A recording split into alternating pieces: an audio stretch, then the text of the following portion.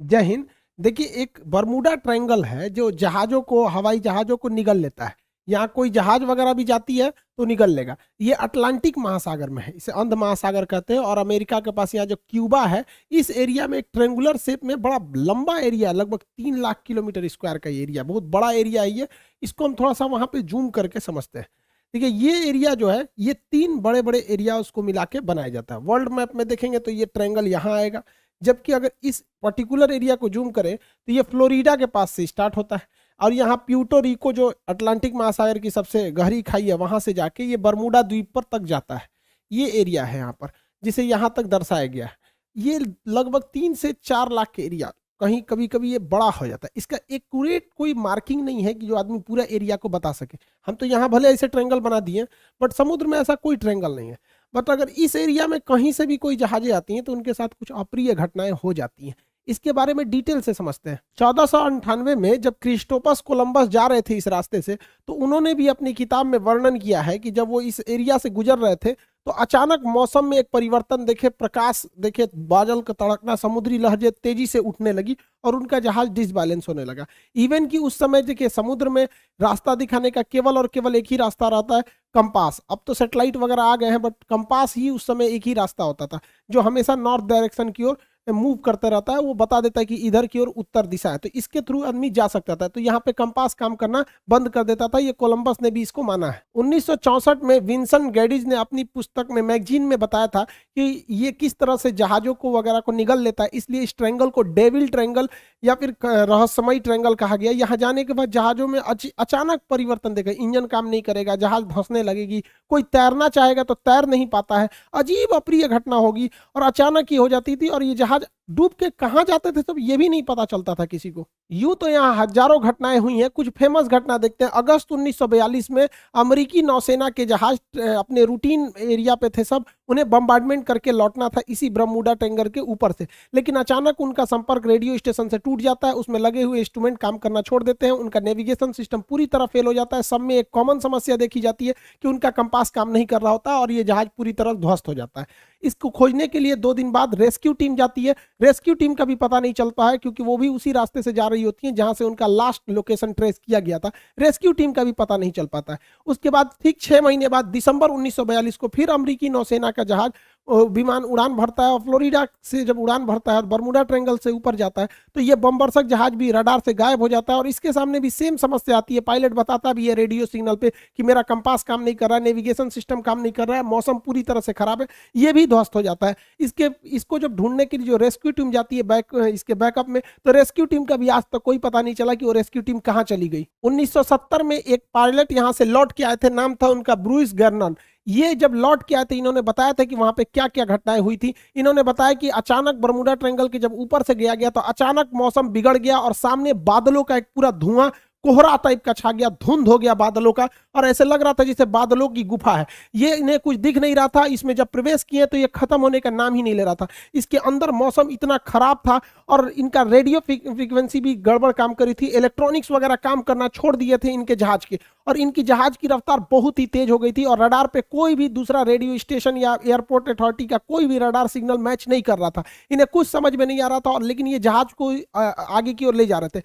लगभग 3 मिनट बाद, एक अच्छी खासी दूरी तय करने के बाद, ये उस जोन से बाहर निकले और उसके बाद ये अपनी जहाज को लैंड कराए। लैंड कराने के बाद देखिए इत्तेफाक क्या हुआ था कि वो 3 मिनट में ही 150 किलोमीटर की दूरी तय कर लिए थे। यानी इनकी जो रफ्तार हो गई थी लगभग 3000 किलोमीटर प्रति घंटा हो गई थी, जो अभी किसी भी पैसेंजर जहाज के लिए पॉसिबल नहीं है। ये तो मिसाइल और लड़ाकू जहाजों की स्पीड होती है। बहुत लंबे अरसे तक ये बरमूडा ट्रायंगल जो था एक रहस्य का कारण बना। लोगों को लगता था कोई अदृश्य शक्ति है जो जहाजों को, शिप को अपनी ओर खींच लेती है, लेकिन ऐसा कुछ भी नहीं है। इसके पूरे रहस्य पर पर्दा उठाया जा चुका है। इवन की बरमूडा ट्रायंगल दुनिया के 10 सबसे खतरनाक जगहों में से भी एक नहीं है। मतलब सोचिए, 10 खतरनाक जगहों में भी इन्हें शामिल नहीं किया गया। इसका मतलब ये एक कहानी है। फेमस हो जाता है कोई चीज बहुत ऐसे ही कि जहाजों को निगल जाता है, ये होता है, ऐसा कुछ नहीं होता है।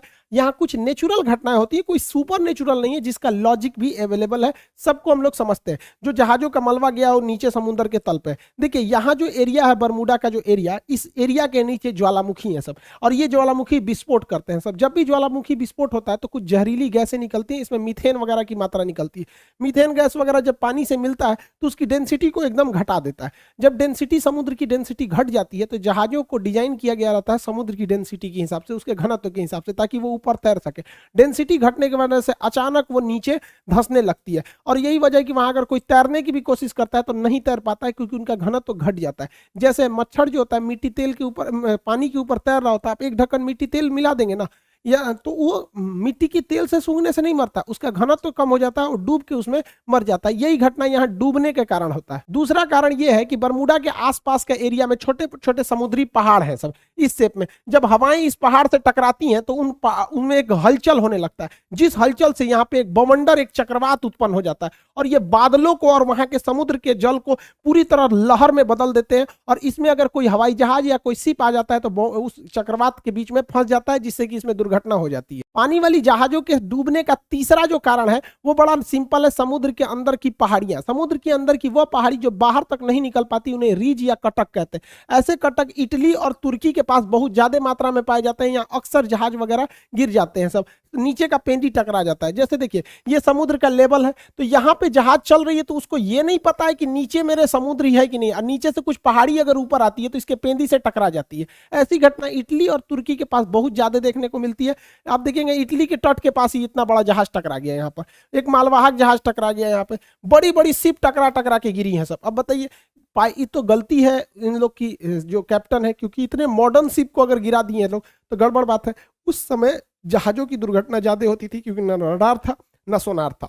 आज के वक्त में पूरी बेहतरीन ढंग से रडार है, सोनार है। आज आराम से बरमूडा ट्रायंगल के ऊपर से जहाजें भी पार हो जाती हैं और शिप भी पार हो जाता है, कि उनको सोनार उन्हें बता देता है नीचे चट्टान वगैरह नहीं है। लेकिन पहले ये घटनाएं नॉर्मल थी ऐसे हो जाना। हवाई जहाज की दुर्घटना के पीछे सबसे बड़ा जो कारण है वो हेक्सागोनल क्लाउड का है। हेक्सागोनल 6 मतलब फलकों वाला एक क्लाउड होता है, बादल होता है, जिसे सबसे पहले सैटर्न ग्रह के ऊपर देखा गया था। ये बादल जो होते हैं, आप देखिए ये 6 सतह वाले बादल होते हैं, इस तरह से हेक्सागोनल शेप में ये बादल पाए जाते हैं। यहाँ ना दिखने में छोटा लग रहा है, ये सैटेलाइट से फोटो लिया गया, जबकि इसका एरिया देखेंगे तो 50 किलोमीटर स्क्वायर का एरिया होता है। सोचिए लगभग एक जिला बराबर इसका इतना बड़ा एरिया होता है, उतने बड़े में ये बादल होते हैं। और इस बादल के अंदर हवाएं इतनी बवंडर के रूप में चलती हैं, जिनका स्पीड 250 किलोमीटर प्रति घंटा होता है। यानी इसके अंदर हवाएं इतनी तेज होती हैं कि अगर कोई जहाज इसमें प्रवेश कर जाता है तो जहाज को वो तोड़ सकते हैं। तो हेक्सागोनल क्लाउड की वजह से यहाँ पे जहाजों की दुर्घटना होती है, अगर इस हेक्सागोनल क्लाउड में फंस गया तब।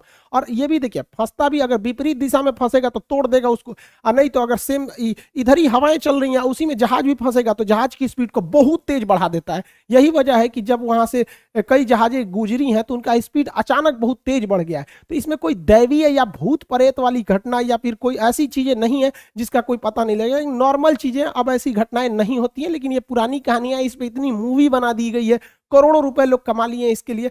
कहानी चाहिए एक डायरेक्टर को, अच्छा खासा कहानी बन जाता है।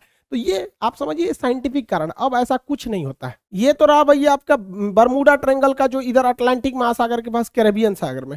ऐसे ही ये घटना जापान के पास हो गई। यहाँ पर जापान के पास भी एक ट्रेंगुलर शेप में एरिया है, वहां 1980 में एक जहाज जा रहा था डर्बीशायर। ये इतना बड़ा जहाज था जो टाइटेनिक से 2 गुना था। यहाँ कई लाख टन इसमें आयरन ओर की मात्रा भरी हुई थी। अचानक ये डूब गया, इस एरिया में अचानक डूब गया। जापान की सरकारी टीम ने उसे रेस्क्यू टीम भेजा था पता लगाने के लिए, वो भी डूब गई।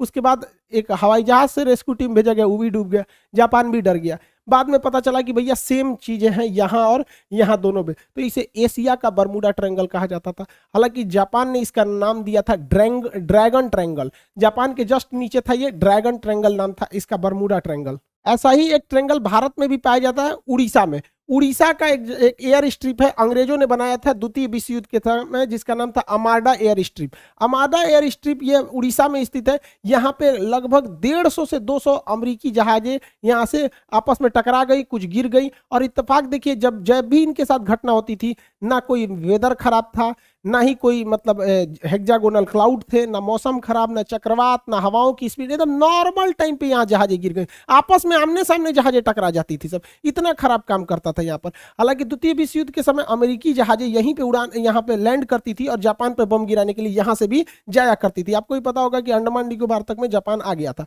तो इतनी जहाजें अमेरिका की यहाँ से क्रैश की गई थी और उनका बहुत सारा हुआ था। हालांकि ये मिलिट्री का एरिया था, इसलिए इस फाइलों को बंद कर दिया गया, बहुत ज्यादा डिस्क्लोज नहीं किया गया। तो ये भारत का बरमूडा ट्रायंगल आप कह सकते हैं। तो ये तीनों जगह, अब इसके पीछे क्या लॉजिक है भैया, आपको बरमूडा का लॉजिक बता दिए, जो सेम लॉजिक ड्रैगन ट्रायंगल पे भी है, दोनों सेम है। यहाँ क्या है कि ये एरिया झारखंड से करीब है और झारखंड के जादूगोड़ा के पास यूरेनियम की खदान है। आपको पता है यूरेनियम एक बहुत ही रेडियो एक्टिव चीज होता है। ये इलेक्ट्रॉनिक सिस्टम वगैरह को अचानक अगर हाई रेडिएशन होगा या इत्यादि होगा तो इसका बड़ा इफेक्ट पड़ता है, जिससे कि इलेक्ट्रॉनिक सिस्टम काम नहीं करते थे, नेविगेशन खराब हो जाता था, दोनों जहाजों का नेविगेशन एक ही डायरेक्शन में दिखाने लगता था। इसी की वजह से इसलिए दो जहाजें आपस में आमने सामने यहाँ पर टकरा जाती थी आर्माडा एयर स्ट्रिप पर।